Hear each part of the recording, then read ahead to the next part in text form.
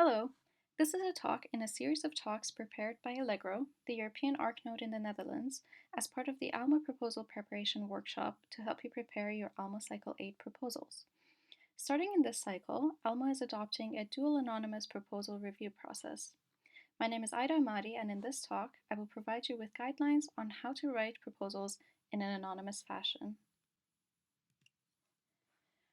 Proposals are dual anonymous when the proposal team and reviewers don't know each other's identity. This ensures that the proposal review process is fair and impartial. It is the duty of the PIs to anonymize their proposals. You can find further details about this process in section 5.2 of the Proposer's Guide. In the following slides, I will summarize the general rules and give some examples. First and foremost, proposers should not identify PIs or co-Is anywhere in the proposal. This means that nowhere in the abstract, figures, footnotes, tables, or the technical justifications should you or your team be identifiable. Note that proposers will still enter their names and affiliations in the observing tool, but this information will not appear on the proposal cover sheet, nor in the tools that are used by the reviewers. To avoid identifying yourself, you may use third-person or neutral wording when referring to your work. So for example, instead of writing in Smith et al. 2018, we demonstrated ... you would write Smith et al. 2018 demonstrated ... When referring to other data, so regardless of whether this is ALMA data or not, if the data is published, then refrain from using identifying words like our in combination with references. So for example, instead of writing from our previous ALMA observations, Smith et al. 2015, we estimate ... you would write based on previous ALMA observations, Smith et al. 2015, we estimate ... If the data is not published and you're presenting it in a figure, then you may use the ALMA program identifier, but again making sure to use neutral or third-person wording. So for example, instead of writing Figure 1 shows the image from our Cycle 7 ALMA program, and then in parentheses including the ALMA program identifier and the PI's name, you would write Figure 1 shows the image from the Cycle 7 ALMA program, and then including the ALMA program identifier. For resubmissions, you may note that you are resubmitting an ongoing Cycle 7 proposal, but you should not specify the proposal code nor the names of the investigators. As per last slide, if you are showing a figure from unpublished data, then you may mention the proposal code, but we really recommend that you refrain from mentioning proposal codes as much as possible. When in doubt, do not include this information. So for example, instead of writing this is a resubmission of our ongoing Cycle 7 program and then including the ALMA identifier number and the PI name, you would write, this is a resubmission of our ongoing Cycle 7 program. Half of our targets have been observed, and we are resubmitting the proposal to observe the remaining half.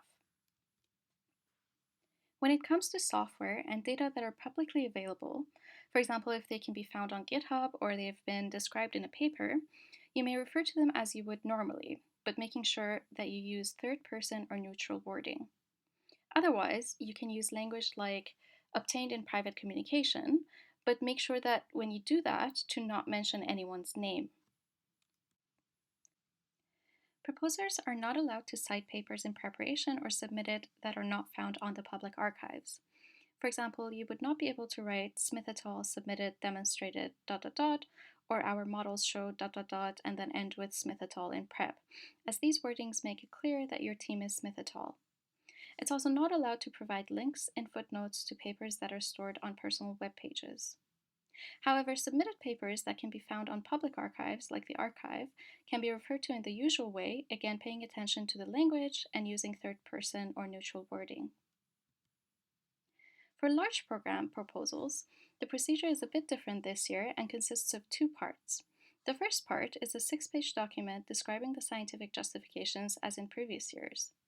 This document must be prepared following the dual anonymous guidelines and is submitted through the observing tool. The aim of this document is to motivate the proposed science and observations, describe the data products that will be delivered, and present the publication plan. The second part of the procedure consists of a one-page statement that contains information about the management plan, the available computing resources, and an assessment of the scheduling feasibility. This document has to be emailed to the ALMA proposal handling team to the email address pht@alma.cl and has to be sent and received before the ALMA deadline, or else the proposal will be rejected.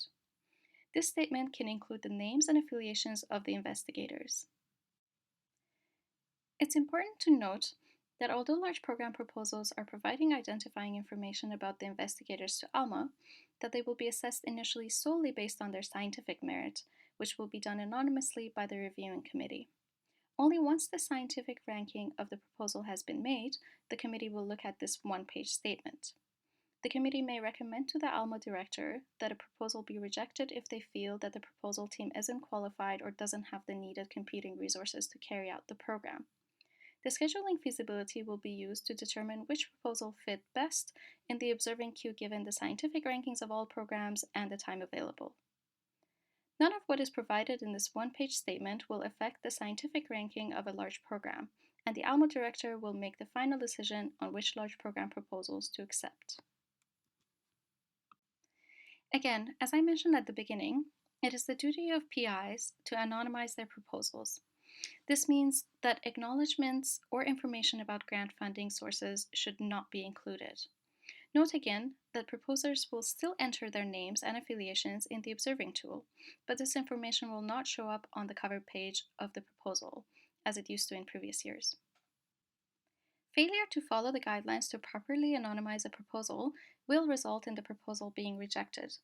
Of course, it's understandable that for some proposals that are highly specialized, the identities of the proposers may seem obvious even when the text is anonymized. But in such cases, as long as the proposal adheres to the guidelines, the proposal will not be considered to be in violation. I hope that I have clarified the guidelines for writing an anonymous ALMA proposal. I would like to bring to your attention other resources we have prepared to help you with your proposals. On the Allegro website, you can find a toolbox which comprises of useful links and resources, as well as other videos we have prepared as part of the ALMA Cycle 8 proposal preparation workshop. You may have already seen Liz's talk presenting the ALMA Cycle 8 capabilities. I welcome you to watch Andres' talk giving a tutorial on how to use the observing tool, and Alvaro's talk in which he shows how to simulate ALMA data. Please don't hesitate to contact us if you have any questions or concerns.